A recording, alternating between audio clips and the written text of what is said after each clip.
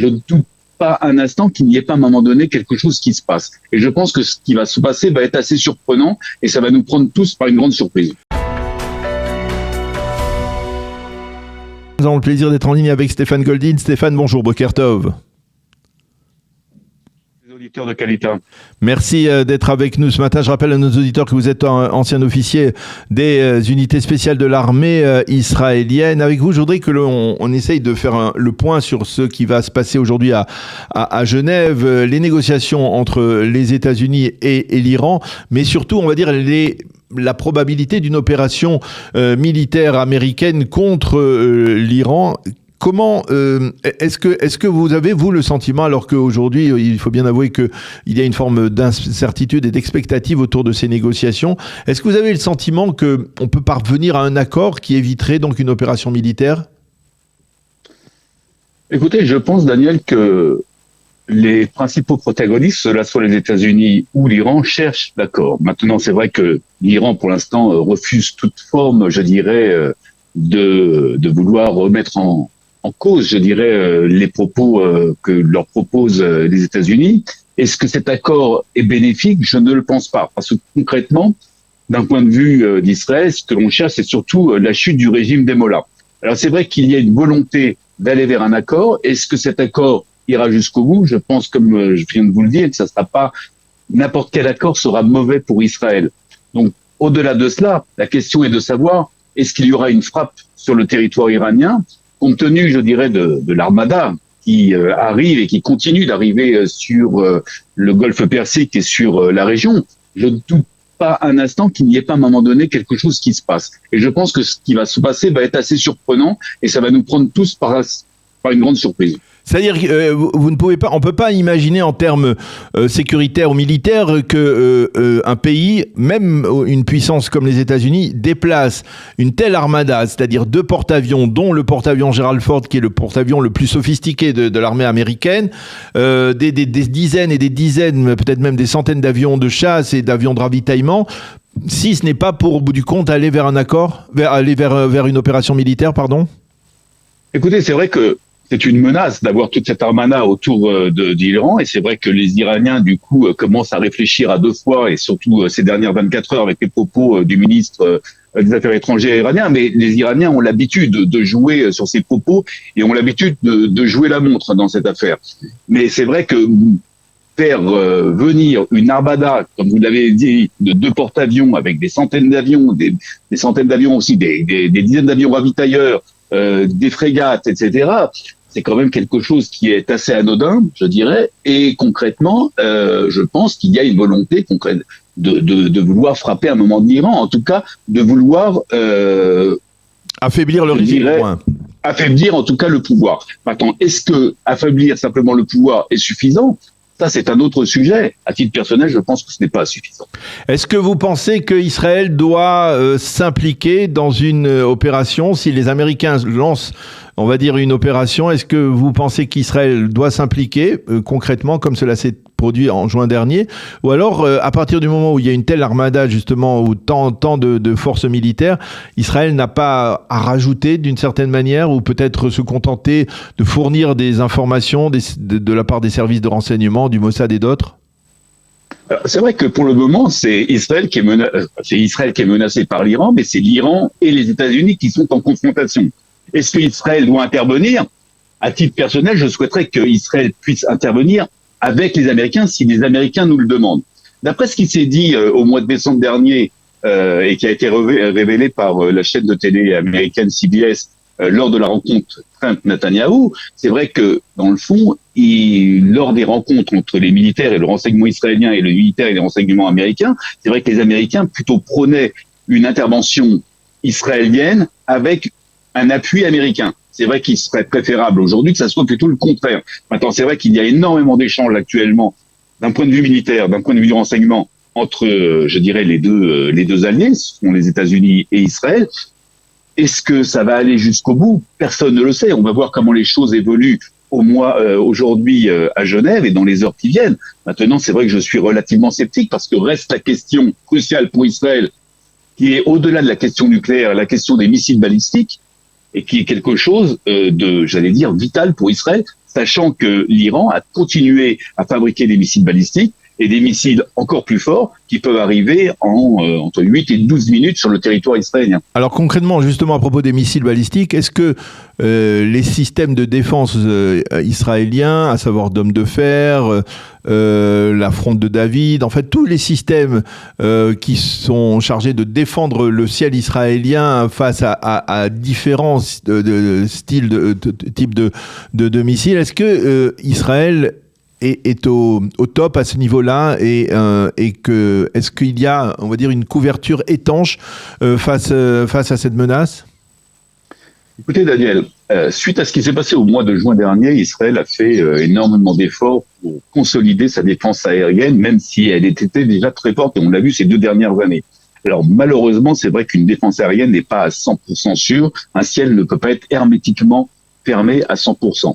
Maintenant, c'est vrai qu'Israël a énormément travaillé sur son dôme de fer, Arrow 3, etc., pour justement aider, et faire tout pour qu'il y ait le moins de missiles qui puissent transpercer l'espace aérien israélien. Au-delà de cela, on constate aussi que les Américains, en déployant leurs forces, installent aussi des bateaux et une petite armada du côté de la mer Méditerranée qui pourrait être aussi un appui à la défense aérienne israélienne.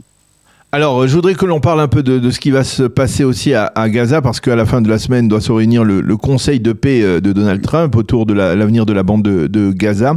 On parle de l'arrivée de quelques milliers de soldats indonésiens. On parle aussi donc de préparatifs autour de cette arrivée. Il y a apparemment à l'état-major de Kiryat Gat, l'état-major américain qui, on va dire, supervise tout ce qui va se passer dans la bande de Gaza, a demandé à Israël de veiller à ce que les soldats indonésiens puissent entrer par le poste de Rafah.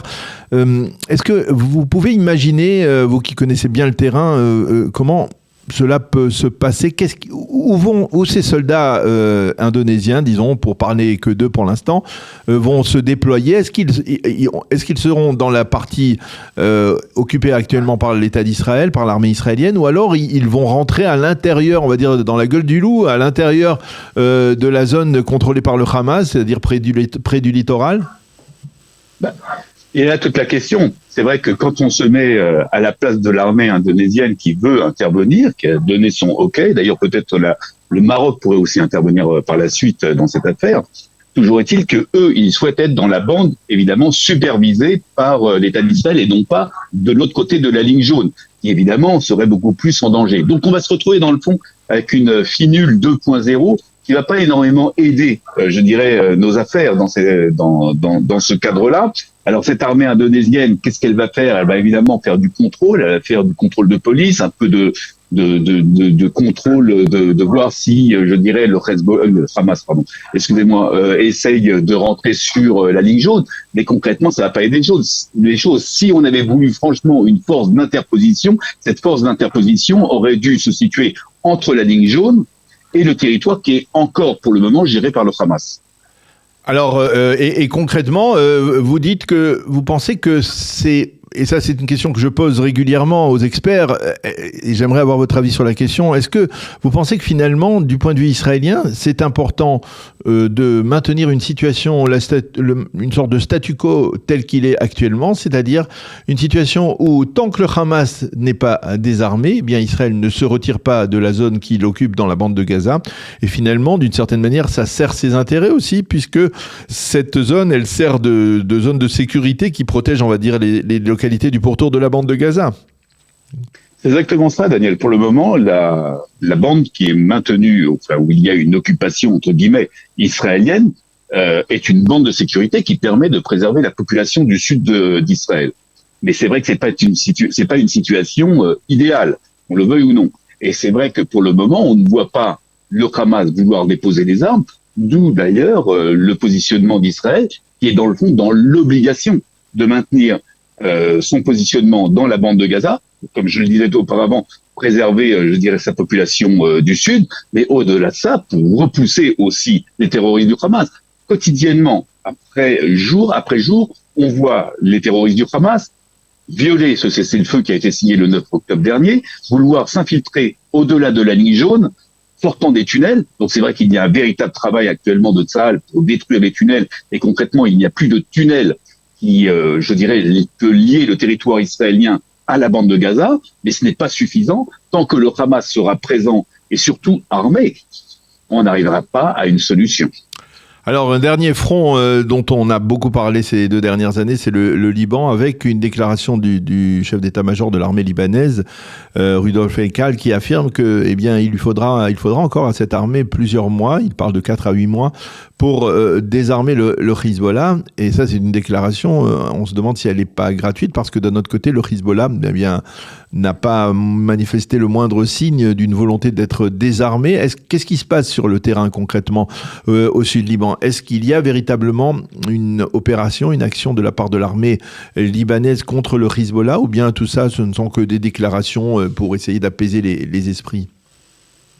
Beaucoup de déclarations pour apaiser les esprits, pour calmer les Américains dans cette affaire, parce que dans le fond, tous les 2 mois, on a la même déclaration des autorités libanaises en disant dans 2 mois, dans 3 mois, dans 4 mois, nous allons arriver à trouver une solution et nous allons arriver à démilitariser le Hezbollah. Concrètement, l'armée libanaise n'a pas les moyens de démilitariser le Hezbollah. Dans le fond, le Hezbollah, c'est un peu l'équivalent du Hamas. Ils refusent tout accord, ils refusent de déposer les armes, ils veulent continuer à mener cette guérilla face à Israël et ils veulent surtout maintenir leur position sur le sud du Liban, avec un grand différent par rapport au Hamas, c'est que le Hezbollah siège aussi au Parlement libanais, ce qui donne aussi, je dirais, une donnée différente.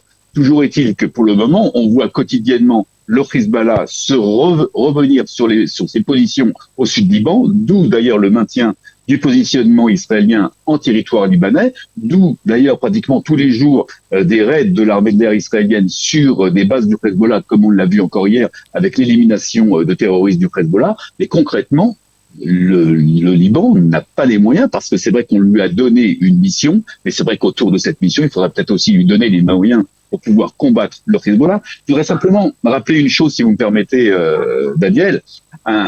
Un soldat de l'armée libanaise touche en moyenne une solde de 205 ou 207 dollars par mois. Un terroriste du Hezbollah, alors peut-être maintenant un peu moins, puisque l'Iran n'a peut-être plus les moyens de financer autant qu'il ne le finançait, mais touchait à peu près 2000 dollars par mois.